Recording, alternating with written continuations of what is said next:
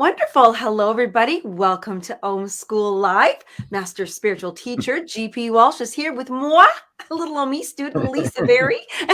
And we've got some fun questions and a great topic today.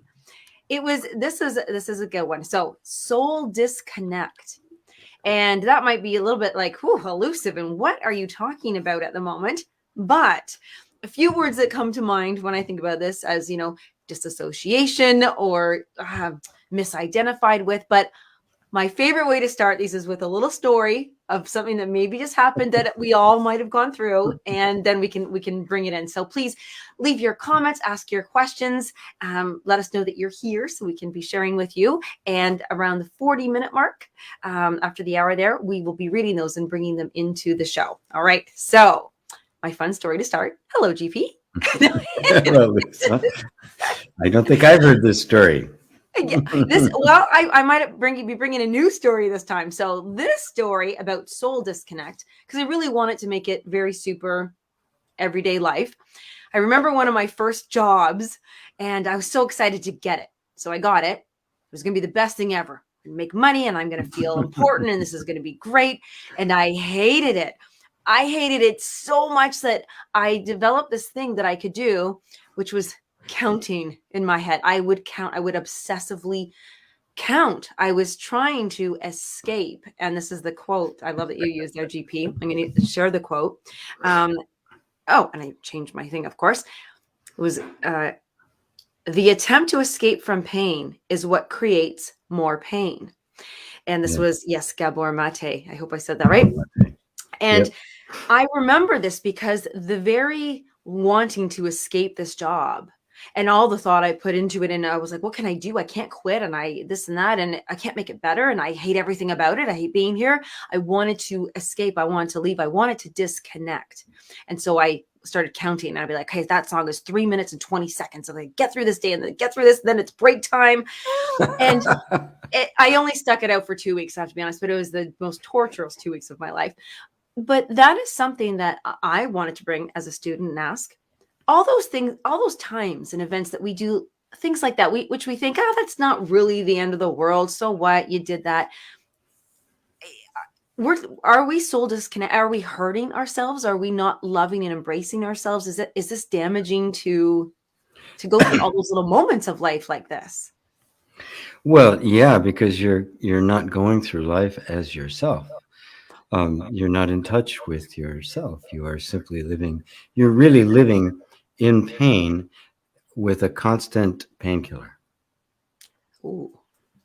And the actual cause of the pain has to be addressed. As Gabor Maté says later in that same book, he says the answer isn't why the addiction, but why the pain. Because that's the underlying cause.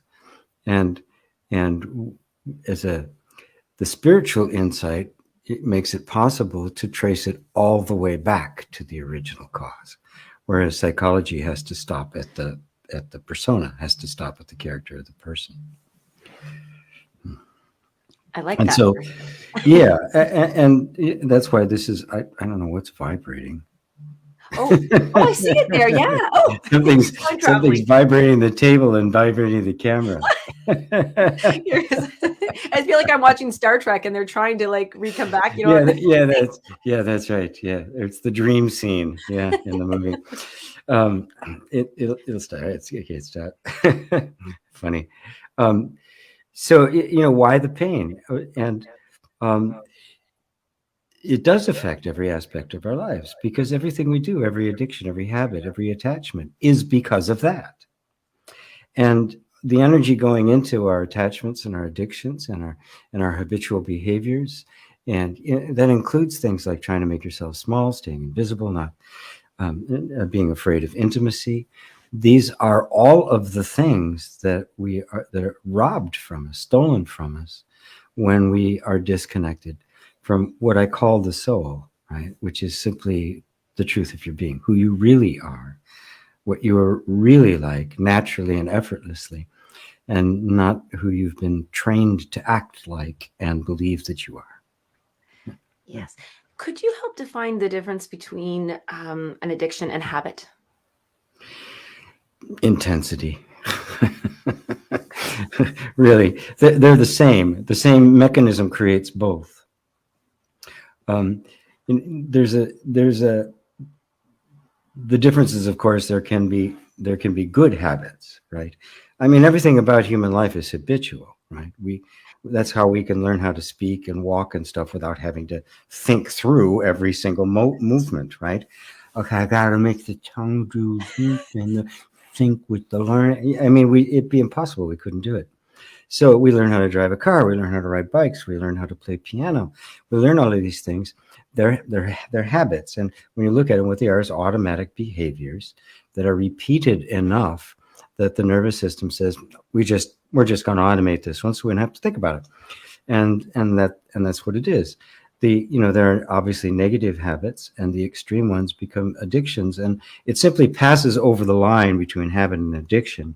I like, again, Gabor Maté is like masterful at describing this, where he says an addiction is simply an attempt to alleviate the pain that causes more pain, but you can't stop. Right. Is the can't stop because we have disconnected from soul? Well, okay, let's actually clear this up first. We're not actually disconnecting from soul, are we? Well, you can't. I mean, you can't disconnect from who you actually are. That's not possible, right? Obviously. So it becomes an energetic block, right? It becomes the real you becomes inaccessible, buried under layers and layers of programmed responses and conditioned patterns and all of the false sense of identity that arises out of those. And the false sense of identity is hopelessly addicted to everything because it has no substance to it. Whereas the true self is addicted to nothing. Nothing is habitual for that true self. Right. Inaccessible is such a great word. One of my favorite words is access. So inaccessible, of course, I had to grab onto that one. So, yes. Like you're blocked. You can't get there. It's being protected. Is that it? Because as we've been learning through, our wonderful homeschool here, the nervous system is being called upon to secure and save and put into safety. So this inaccessibility that we're experiencing is because that part of ourselves, of the soul, or of our identity has been threatened or uncomfortable or in pain. Yes, it's under threat. It was genuinely under threat. It assumes the threat is still there, and the nervous system puts you in protective custody. Gives you a new identity, new location, everything, new social security, everything, right? So you become somebody else. That's what it does. And it does it so masterfully that you don't know it's happened. And of course, that's why it's key. It's the key weapon in its arsenal. You have forgotten you, right? Because you are the most dangerous, right? If you remember who you are, you're in imminent danger, life-threatening danger. That's the energetic assumption, right? So and since it's laboring under that, the last thing it's going to let you do is discover the real you that's underneath it. It simply won't let you see it.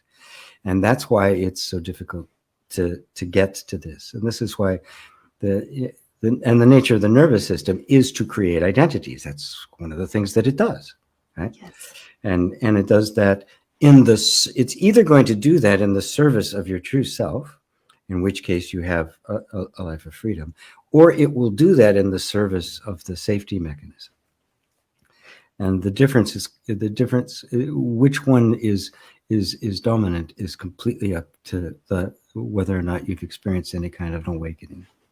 Oh, okay. I was going to ask that exactly. Yes. Who gets to take its turn, so that's depending on the depth of the awakening or the... Well, even, everybody here has, to a degree, woken up. Huh. Anytime somebody hears the idea and it even resonates as possibly true that I am not all my conditioned patterns, that is a moment of awakening.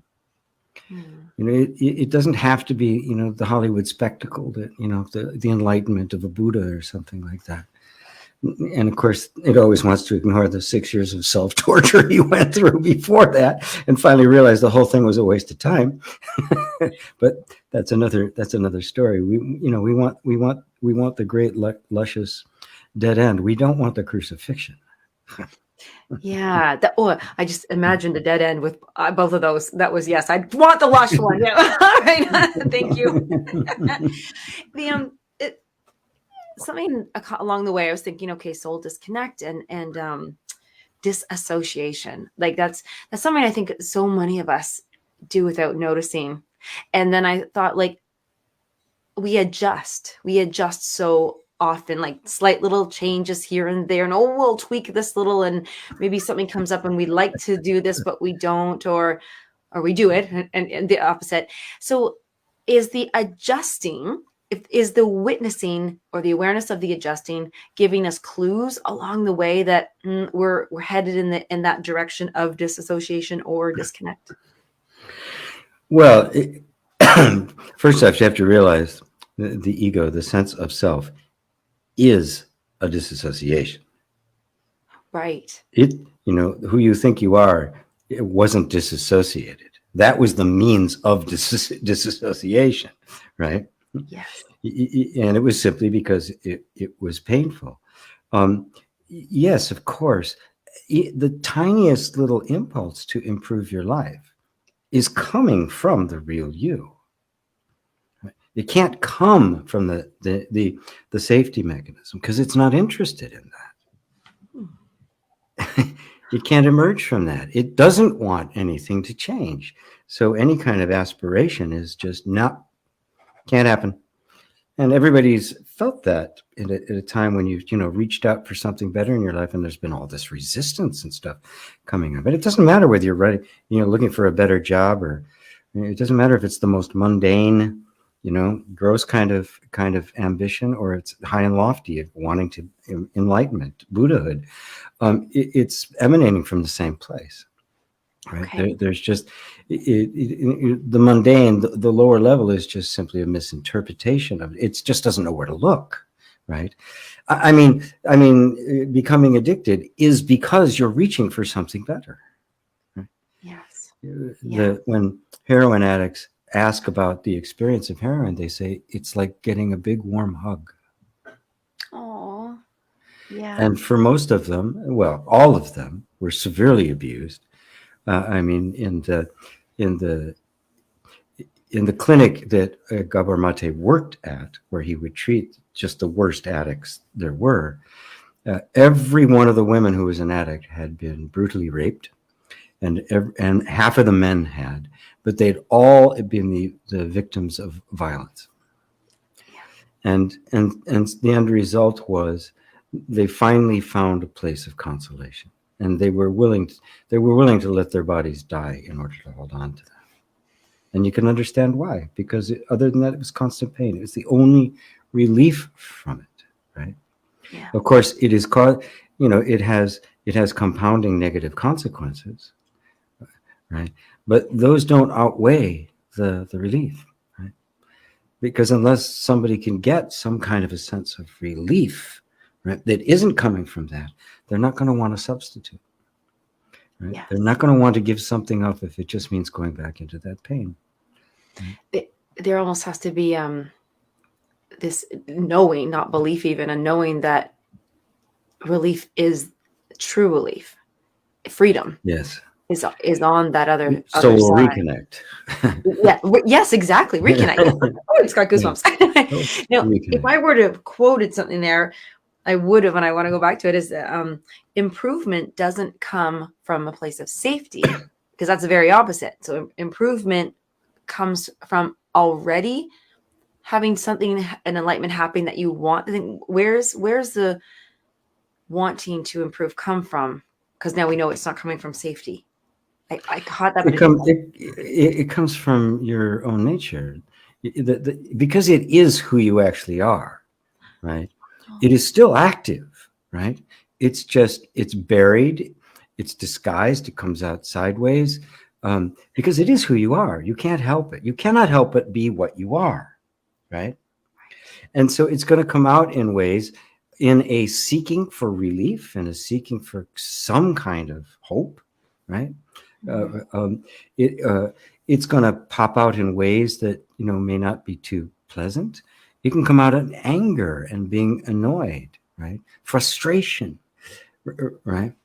There's nothing you can apparently do about it. That's all the real you. I often call it the annoying voice of truth, right? Because it hasn't really gone away. The disconnect has been only in the nervous system, and only because it's trying to protect you. It has buried it, so it has no mode of expression. You're a pianist without a piano. Yeah. Like if I just had that piano, I could do this. I could express it. Like, that impulse to express cannot be killed. It is the nature of being.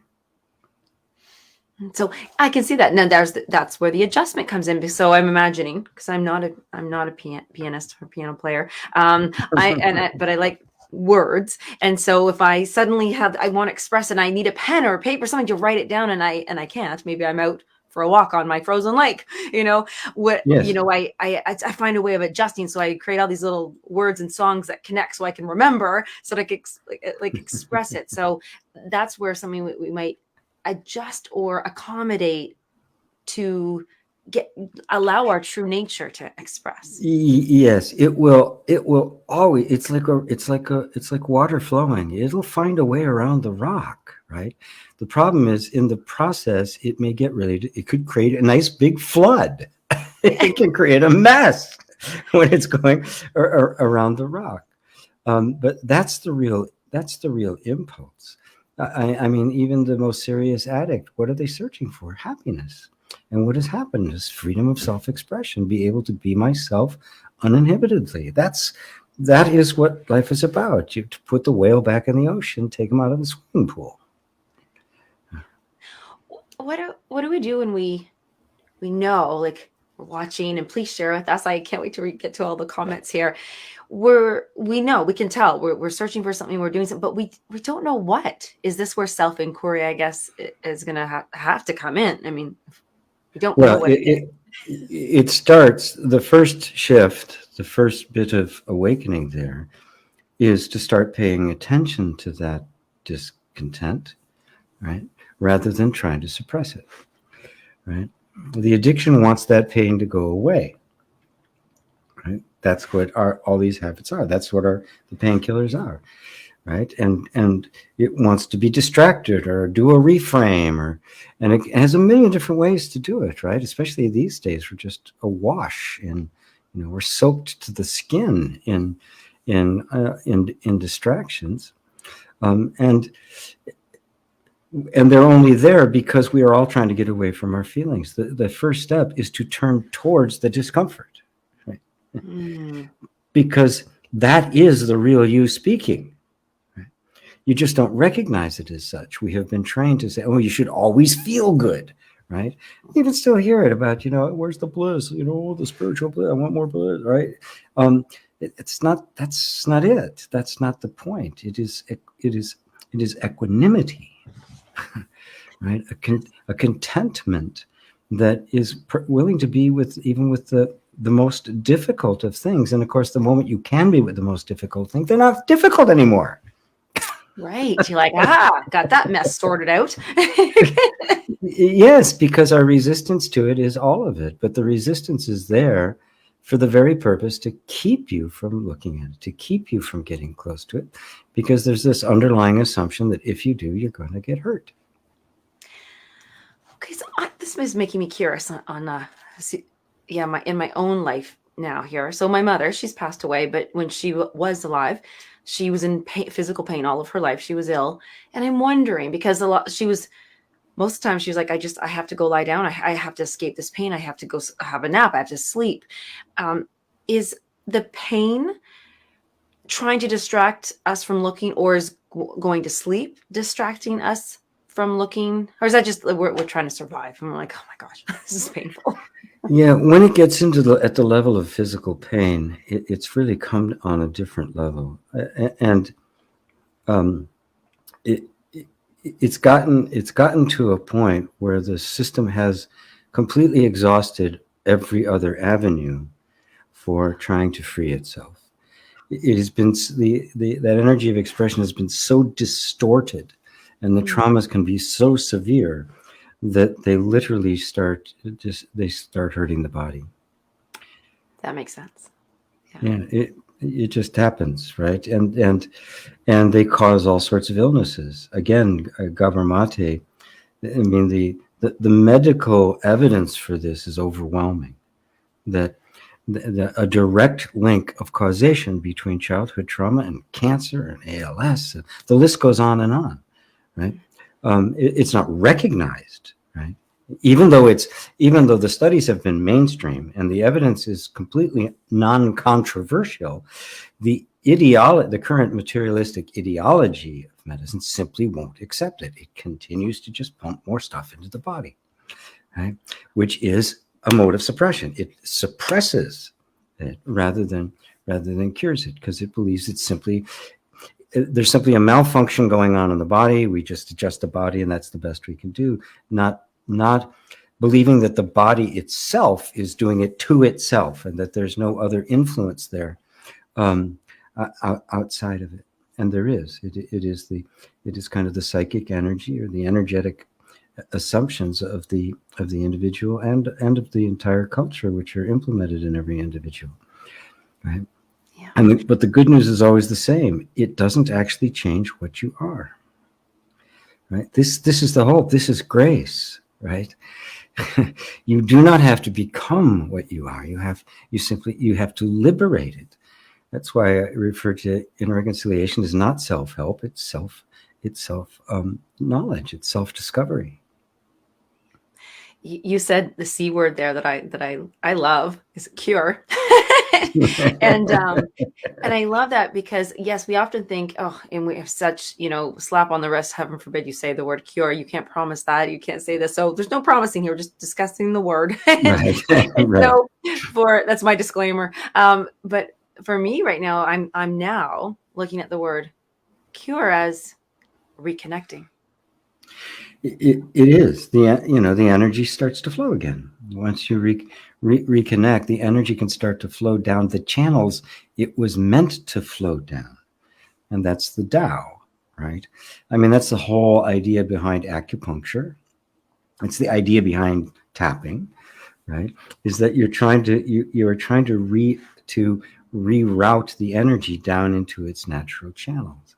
But even acupuncture and EFT can't grasp the underlying causation of the whole thing that made it flow in the wrong ways in the first place. Okay? Now, there is a bunch you can do, right, at this level with tapping and acupuncture and other stuff like that is quite therapeutic and does work, because some things can be adjusted like that. I can pull a rock out of a river, right? But what do you do about the dam upstream? Yeah. How many rocks? Yeah, and how many rocks are there? I mean, you have to get to the source of the rocks. If something keeps putting them back in, it's still going to get stopped up again. And again, the energy can only flow as far as we'll allow it to flow. We're still restricted by our assumptions and beliefs about things. And that all of those beliefs were created to obscure the existence of the real you. So I use the example of the presidential motorcade, right? Which oftentimes you'll see the official motorcade with obviously the president's car going by in it, and Secret Service men running and that sort of thing. And it's a total ruse. He's not in the car. He's actually in a van going into the back door of the hotel where he's going to give a speech. It's a complete deception. So everybody thinks he's there. He's safer because he's not, right? And this is what the nervous system does to you. It whisks you off somewhere So where and presents a phony version of you. That's the egoic mind. That's great. I can super picture that. And how many times where maybe, and this is because now I'm picturing somebody giving a speech, you maybe do have to perform. You have to, and that's what we're doing, performing. And Yes. in order to perform on whatever level, at a job, in a relationship, in life, and we know we have to do it. And wait, I'm going to come back to know we have to do it. We know we have to do it. We've committed to something, and now we've got to deliver a speech. We've got to get on stage. We've got to do a show. Homeschool Live. No, and every Tuesday. It's that safety that kicks in and says either A, you can do this, or here, let's put on these assumptions and this belief, and you need that ego archetype over there. So grab that, put that all on, and now you can go and you'll be safe. So it's yes, you just run the whole thing in slow motion. It actually happens so fast you don't even think about it because they're habits, right? You're not taking inventory and applying them. If you were to degree conscious, you could decide, this is the wrong thing for this audience. This is the presentation, but that's a conscious choice. And that becomes conscious when you realize that it is a show, right? And when you do know who you are, you can masterfully and compassionately and honestly present what is needed in the moment, right? That's reaching people where they are, right? Without that sense of self, that same capacity becomes a manipulator, becomes a politician, right? Becomes a lying sack of shit, basically. Yeah, because it has to be all about deception, because the true motives can't be seen. If they are, they'll be rejected. But that itself is a safety mechanism that successfully worked for them and got them into that position of power. And so, even though it's still blind as a bat, it's not questioned because they're not aware of their own suffering. They have not suffered the simple pain of not being yourself. They are suffering from not being themselves, but they don't know that. They've completely dulled it. In the case of some people, it's about power, or it's celebrity, or it's money, whatever it is. They've got all these things. I mean, if you're a multi-billionaire, you don't have any rules. You're above all the laws. You do whatever you damn well please. Everything you could possibly want is met, and you have the adulation of literally millions of people who think you're wonderful. You have almost nothing in the environment is telling you you're suffering. But even those people, and there's been plenty of studies of that, the pathology of the uber wealthy and the like, and they're not happy. They're always worried about how they're going to appear in the next deal. I've got somebody's got $10 billion, and they lose 100 million, and they're upset. Yeah. Right.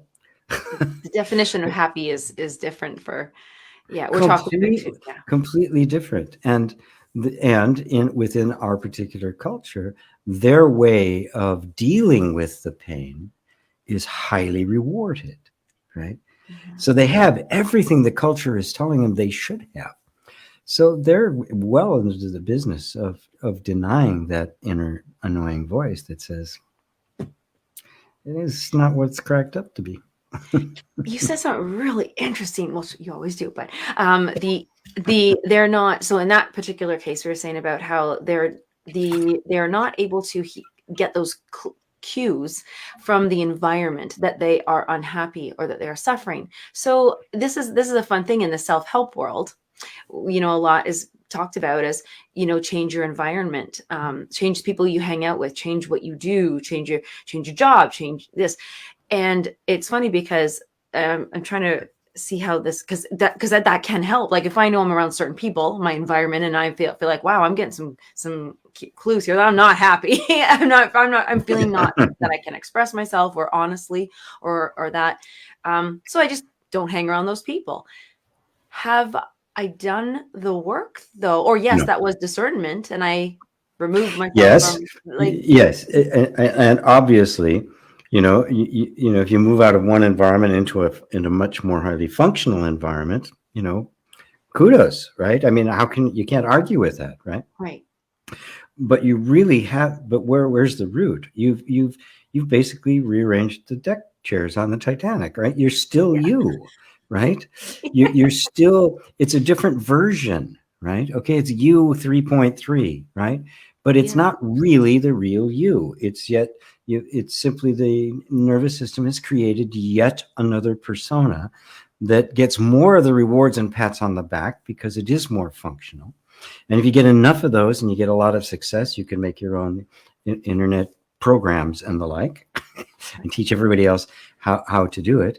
And that's the heart and soul of the law of attraction and self-help and the like, is create a different story about yourself.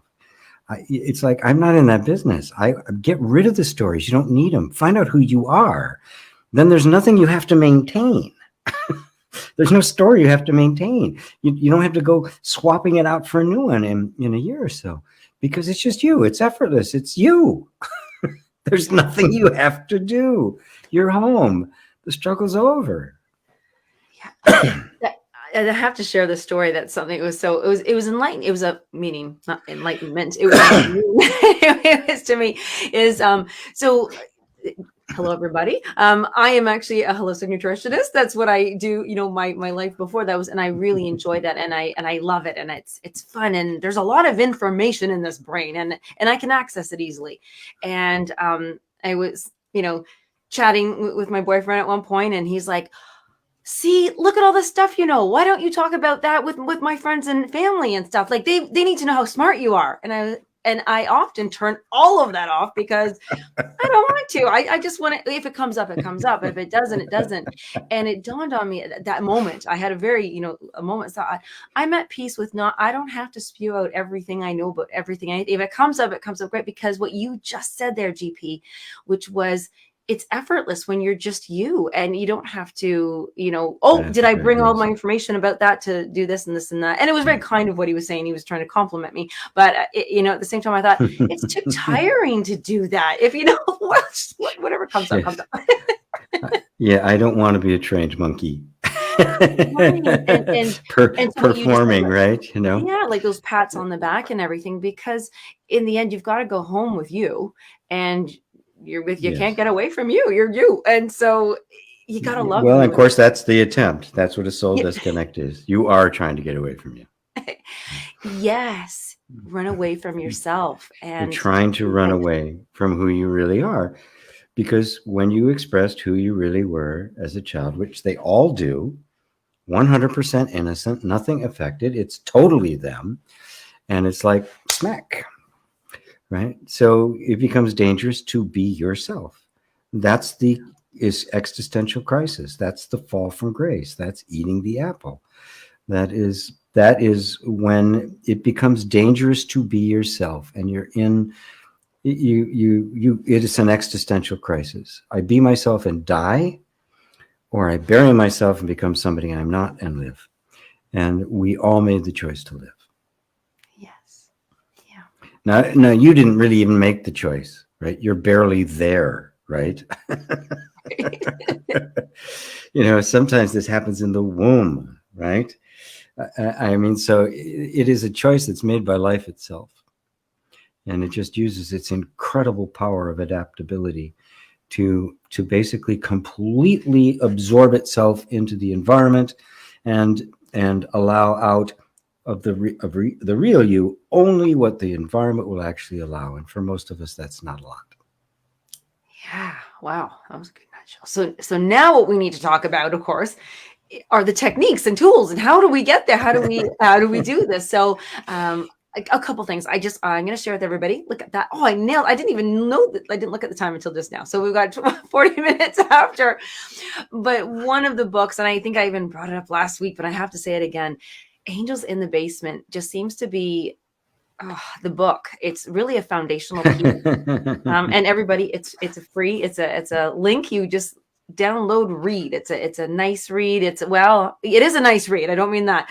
there's work involved. So when you're reading it, you're like, eek. So a lot of stuff will come up. And of course, GP is here and the team is here to support you as things come up. And we'd love to have you also in the Tapest Monk, our class that we do every Wednesday, which is tomorrow, because as you have these, as you test the waters, the environment to say, I'd like to come out, I'd like to express myself, you might need some support and some techniques and tools that we do. And one of them is tapping, with meridian tapping. So I'm going to ask a couple questions about that, how we can use it for soul reconnecting, not reconnecting, just not disconnecting.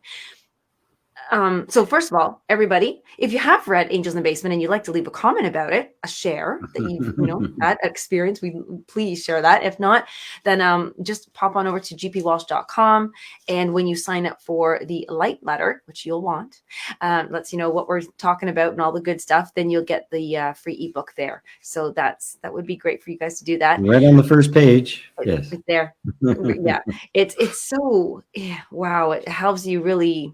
It's a great way to start the self-inquiry process because you don't really know you're doing it. You're just reading and taking this in. And there's some exercises in there, and I made some videos to go along with it so that you can so you can actually follow the exercises. The very first digital course I created 12 years ago was I think it went 2010 or 29, maybe even longer now. Was called Just Allow It. And it's 5 volumes. It's very in-depth of just learning how to be with your feelings. We don't realize that we're not. That's what this is all about. I don't want to feel this way, right? And so I have a million different ways in which I avoid simply sitting with my own discomfort. And it's something you have to learn how to do because we're so well practiced in not doing that, in resisting it, avoiding it, distracting ourselves. And we've created a world that has got more distraction. I mean, it's just unthinkable, the number of distractions that we have, and there continues to be an appetite for it, which proves that we're all doing it, right? And companies making billions and billions of dollars on making more ways of doing it. There's clearly a market for escaping from our own inner pain. And it starts out just very gently, just allowing yourself to have a feeling and being with it for a moment, not immediately running away from it. And it eventually gets a little bit more refined so that you can be with the feeling itself. And you'll even notice that there's the feeling and then there's all the thoughts about the feeling. And they're not the same. And that's when a gap begins to open up. And you go, well, what I thought this was, maybe that's not what it is. And the moment you do that, whatever it was that was distressful becomes less distressful because there's nothing there anymore except the feeling itself. There's no resistance. There's no thought. There's no reframe. There's no story about it. There's no extrapolation as to what might happen. You see that all of that's just kind of learned and laid on top of it. What is the feeling itself telling me? And this is where you literally begin to have a conversation with your own body-mind mechanism. And that's exactly the way I discovered it. One day I spontaneously had a conversation with the safety mechanism. It literally took a form in my mind as an image, and we had a conversation. That's when I realized, oh my God, I don't know what the hell I'm doing. I realized my stupidity was far, far greater than I ever imagined. Because I thought I knew. I thought, oh, this is what it is. Like everybody else, I analyzed. I had all the thoughts. It was psychology and Gestalt and all sorts of things, right? And then it just said, no, that's not what it is at all. This whole other world opens up. I go, what the hell? And I just dropped all my assumptions. I dropped all the stuff I thought I knew. And I said, well, of course, what is it that would know why it's stuck? Well, the thing that's stuck would know, not me. I'm all the way out here. I'm reading psychology books and self-help manuals, right? Right. It just knows. The truth of the experience, the originating events, the causes of it all, why it's in the position it's in, is all known. but not by you, but not by this. It's known by the energy itself. It's known by this incredible energy of the body that is part of the soul disconnect. We are disconnected from that.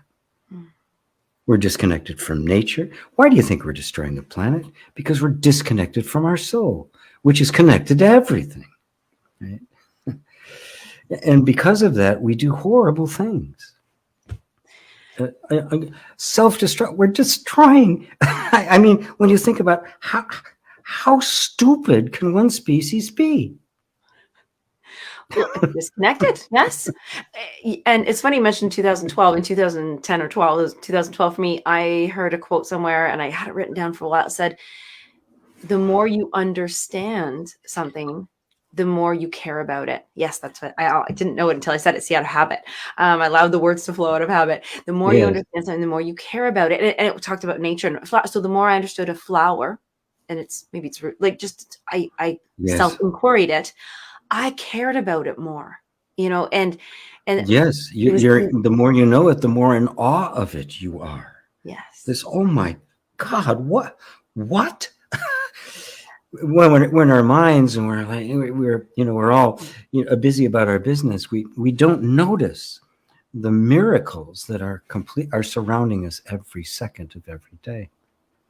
Yeah. Yes. So now, see, we get to learn more about things ourselves. And this is what I love self-inquiry so much. And I wanted to mention something too about a practice. The word practice has really become a part of my life lately. I hear it, I used it before, but now I know more about it, so I care about it. and I have been attending practice on Wednesdays. I call it the temple, but in the Tapas month. Yeah. And I get it white now. Flakes come from. Yeah. Oh. All of a sudden, I noticed all these little white flakes all over me. Weren't they? Maybe it's stucco from the ceiling. I don't know. I don't know. When you said about turning towards the discomfort and allowing yourself that time to have a conversation with what's going on, that to me is what just came. I was like, wow, that is a practice. That's why we have a practice. To give it the time, not just to run around being distracted. I get it. We have lives, we have work, we have stuff we have to do. And it's not always the time to go, pop, I got to stop. I'm sorry. I got to have a conversation with this rock in my flow here. So, but having a practice, and that's why I'm more excited about having a practice more than ever now, is it really allows that time. So I want to invite you all to the Tapas month to join, to say, yeah, I don't have a practice. I'd like to have one, or I'd like to know how to have one and what to do in that practice, which are techniques and tools to help you. And the more you get in the habit of using them, it just shows up in your everyday life. And it really, it prepares you for these things. So I am inviting everybody to the Tapas. And that is a $97 a month, but you can come every Wednesday. And if you can't make it, if you can make it, you can work live with GP. We tap, we do all our fun stuff with together.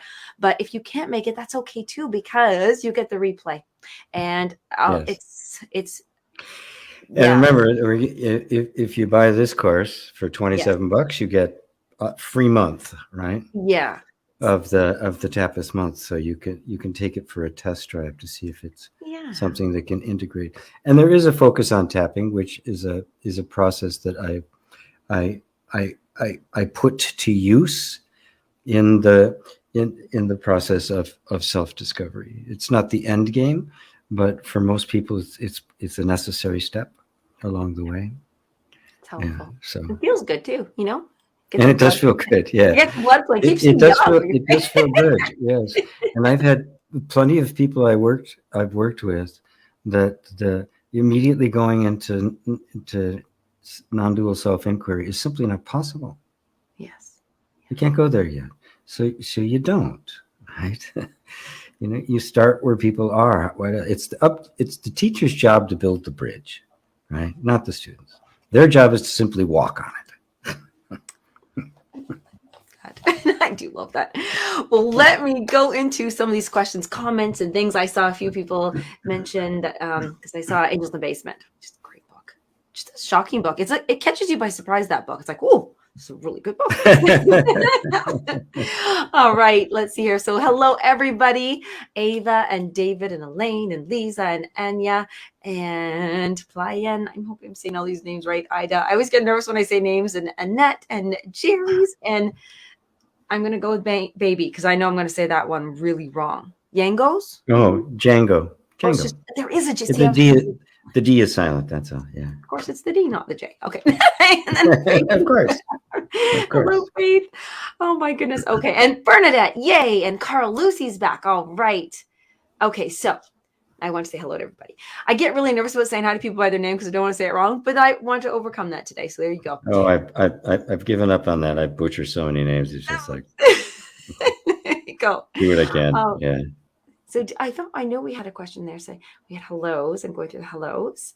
So because that song, that's so beautiful. Just to bring that up, on Sundays, 2 p.m. Eastern time for 2 hours, GP pops along there on YouTube and does that song and just discusses every topic. See, here on Homeschool Live, we have a specific topic, but you can just jump into the world of everything there. There you go.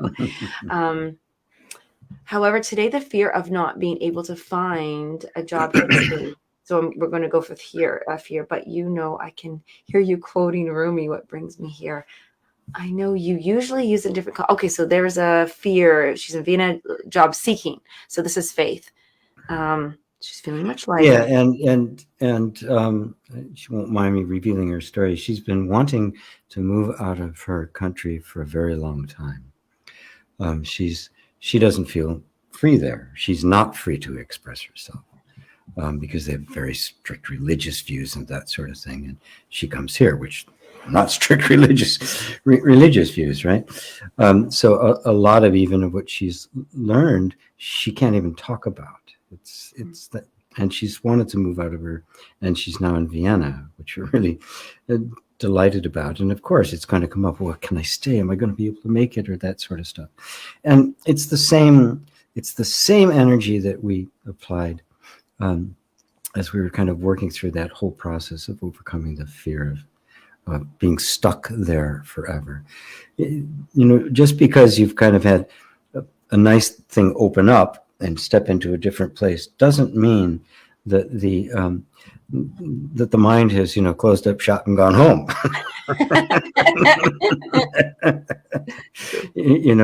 Those same elements are still there, and just recognize that it has lessened. There's more opening, right? Because obviously you can express yourself more fully now.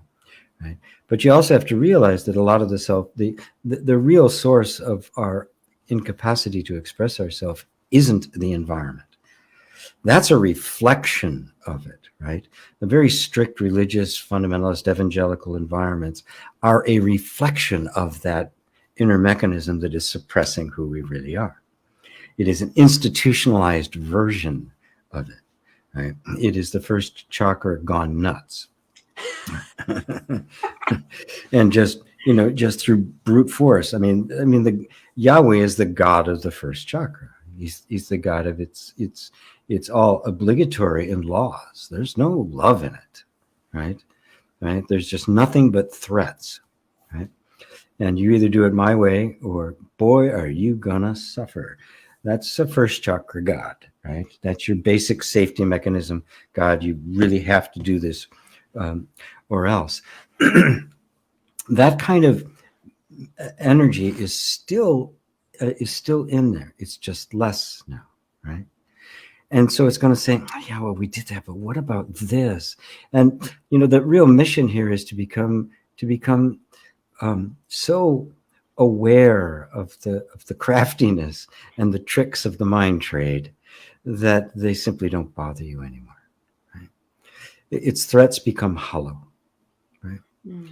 What if this doesn't happen? What if it does? Yes. Yeah. What if it does, right? But you'll notice how the mind wants to force the attention over on what could go wrong.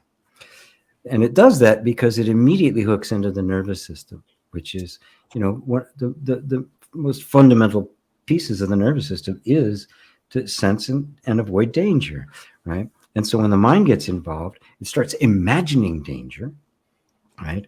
Which triggers the feeling in the body as if it were real, and it has to respond to it. That's the defense mechanisms go up, the capacity for creative expression goes down. So we bring reason and rationality to it. So, well, it's just as likely that I will. It's just as likely that I will succeed. And that's one way of approaching it. And of course, but the most important way is to simply be so totally present with that feeling and create such an environment of inner safety that the system itself says it's safe, it's okay. And the emphasis is no longer on what could go wrong, what's actually happening now, right? And rejoicing in the successes and rejoicing in the good that has happened, and the obvious possibility that it will continue to do so, right? And so it becomes a shift in consciousness, a shift in perception. It's a shift in the way that we are in relationship with our true selves, a relationship with the nervous system that is trying to block us from knowing our true selves, and a relationship with that self, literally becoming that self, which is why I like the word practice, because you don't practice to become a Buddha, you practice being the Buddha. You know, the first time you sit down at a piano, you're playing it. Badly? Yeah, but you are playing, right? You're not trying to play, you're playing, right? This is the difference between, practicing to get it right and practicing just, the art of it. The master artist is learning new stuff all the time, right? The artistry is masterful. The techniques can be at different levels of ability, but they don't think of themselves as a novice, right? The master sits down with a completely new medium and they just start playing with it. And of course, magic takes place because they live on that level. I heard this genius musician who's running around, he's like about 22 now, Jacob Collier. And he says, there's no such thing as a bad note. You just lack confidence. I meant to do that. He can play any damn note he wants, and he'll get it, and he'll do it. He'll turn it into music. Wow, that's his genius. He's amazing. He's a modern day Mozart. Wow, we'll have to include some links to his songs here. As that, well, there's so many things about being and everything, but interesting with Django's babies question, apostrophe, not babies, but babies question, is okay. So GP, thank you for your work. Could you please say something about using EFT, your style on the non-dual path, and do you recommend it if not used to fix or change feelings, circumstances, etc.? And a piggyback question on that because it works here. Are we actually, okay, so we're not fixing ourselves, but are we fixing the danger? It's a subtle one. And before I answer it, I just want to make sure that I finish the quote with faith. Oh. That what she was quoting Rumi, where Rumi says, "The power that brought me here must bring me home." This entire process can be sped up if we realize that we're not doing it on our own. That the truth of you is moving you. The reality of your being, the soul that you have in experience been disconnected from, but in reality can never be disconnected from, is what is leading this whole process. It cannot be killed. It cannot be done away with. It cannot even be obscured forever. The sun is always there behind the clouds, and its heat is dissolving the clouds. We sit here doing this, but that's not going to dissolve the cloud. It's the heat of the soul itself that is dissolving those. And so to know that, it becomes like a faith in God, and God is simply another word for your true self, for the real you. Now, the key, it's the non-dual understanding that informs all of the various techniques that I use or have used, right? Now, there's just a few of meditation, inner reconciliation, EFT, self-inquiry, inquiring conversation, dialogues with the nervous system itself. Those are like techniques. And let me get rid of the comment here. The banner. Oh, the link. Yeah. Yeah. All of them as techniques are useful. They're valuable, right? And they work. And I know lots of people who are EFT practitioners doing amazing work and helping an enormous number of people, just as acupuncture has, right? Which is where EFT came from, right? That's the basic model that it uses. But as you notice, when you're talking about techniques and therapeutics and processes, none of them can answer, because they don't even ask the question, who are you? They deal with the flow of energy and all of that kind of stuff, but they don't ask that question. The only place you'll find that question being asked is within the non-dual self-inquiry. That is who am I? That is the foundational question. And just getting to a point where you can ask that question, right? This to me was kind of the heart and soul of the process that I called inner reconciliation, is how do you get to that point? How do you get to the point where you can ask that and without the mind immediately jumping in with its answer, which is wrong, because that's what we've been following all along. That's not who you are. Well, then who am I? Well, getting to that and getting the inner space where you can actually approach that without all of the distractions and interference takes some retraining. That is a practice. That is something you grasp the idea that this is what needs to happen, and then you start walking down that road. You realize it's not out there, it's in here, and then you start walking back inward. You start going back the way you came. And in that process, all sorts of things are going to come up, right? The moment you start turning within, the mind's going to go, whoop, whoop, whoop, whoop, DEFCON 5. He's on to us. He's on to us. And it's going to be, boy, there'll be rocks in the bushes. There'll be distractions. There'll be the handsome guy standing by the, ooh, hi there, baby. Let's have coffee. I mean, whatever it has at its disposal to keep that from happening is all going to come up. And I think the essence of what I discovered when I started to see all this hornet's nest of stuff that was going on, when I saw the conditioning as conditioning, was the magic bullet, the magic ingredient that made this inner journey possible. And that was becoming safe for yourself. That the essence of the practice was to get you out of conflict with yourself and begin to inch your way towards self-acceptance. Now, for most practices, we talk about self-acceptance, it means finally getting to a point where you're perfect enough that you can accept yourself. Yeah. And of course you can't. It's not possible. It's not about that. Self-acceptance means you accept yourself, warts and all, just as you are, right where you are. And that's unconditional love.